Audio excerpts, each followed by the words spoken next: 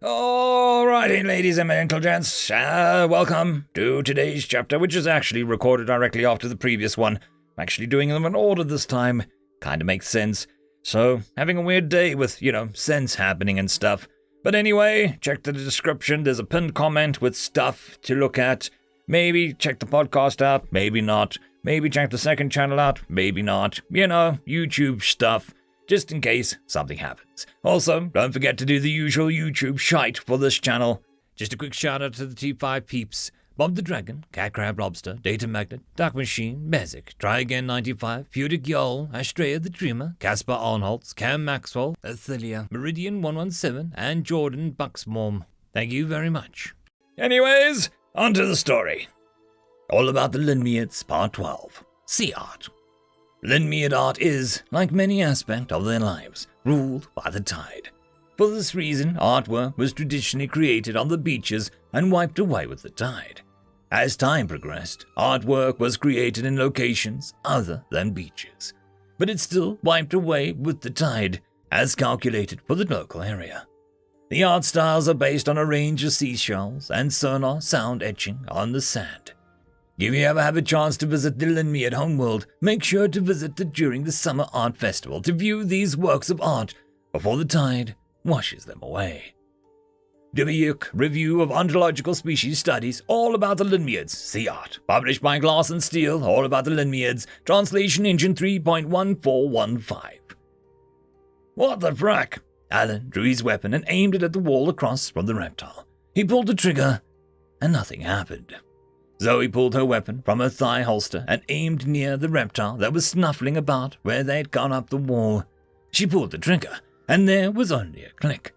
She fired a second time, and the gun only whined. Zoe swore, and even Captain Rackham took a step back at the rage in her voice. She paused and looked at him. How about you? Captain Rackham didn't lean over the edge to see the reptile, but only pointed his weapon at the opposite wall, as Alan had done. Unlike the humans, Captain Rackham's weapon was made to look like a period piece from the 1800s Earth, but only had one barrel, which meant that he only fired modern rounds.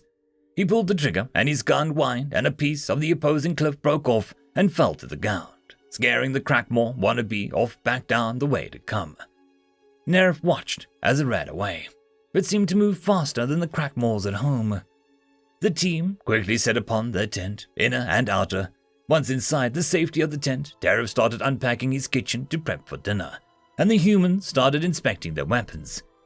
I am really hating that mole right now, Zoe said. When he broke into our cabin, he must have done it to sabotage our weapons, which doesn't make a lot of sense when you think about it. Why not? Well, generally speaking, a mole loses their value once they've been discovered. The only reason we even know a mole exists is because we caught him coming from our room. Why risk it? Just to sabotage our weapons, and why only ours? You three still have your blades, and the captain has his gun, so it's not like we're unarmed and helpless. Zoe listed her questions on her fingers. Alan held out his hand for Zoe's gun, and she handed it over to him after checking to make sure that it was unloaded. Plus, if we hadn't seen the mole, we wouldn't have had to be hiding for a week. We would have been prepping for this mission, Nate put in. We would have tested our guns and found out this earlier, and still been alerted to the mole on the ship. Us? Yeah, we're not unarmed anymore. Tariff broke into the conversation. He handed out 3 of his chef knives, 1 to each. Tariff, your new knives, Nate said. He accepted the knife and dipped his head to Tariff. Thank you. Bubsy rubbed her head against Tariff's knee, and he bent over and gave her some pets, just the way she liked. It's not a big sacrifice, Tariff said. A little uncomfortable. I mean, our lives versus good food. He paused and smiled. Okay, maybe it's a big sacrifice, but it is worthwhile sacrifice. The humans and the Riffs laughed, though Captain Rackham paused for a second, as though he didn't realize that Tariff had been joking.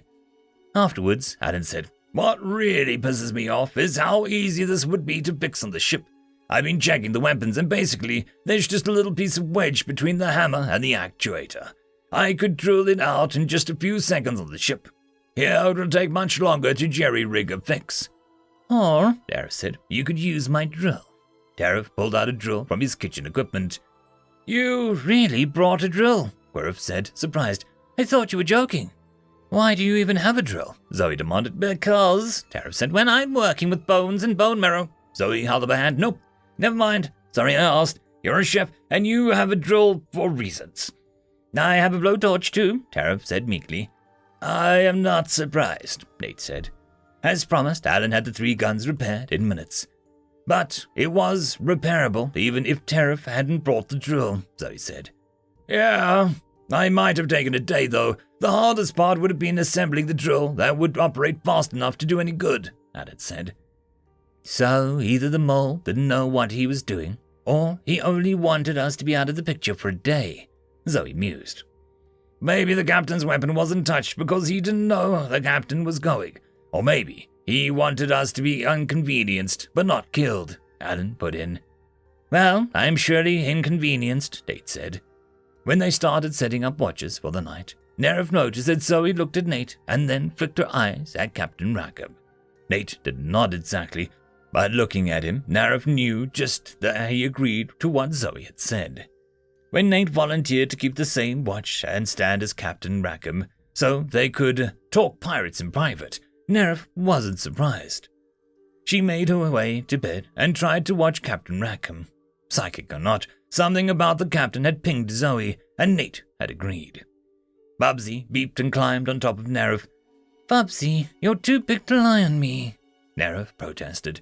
She moved Bubsy next to her and petted the kitten. Here, it's much better. Just petting Bubsy helped Nerif calm down from the day, and she fell asleep much faster than she thought she could. In the morning, there was no sign of the faux Crackmore, as Nate called it.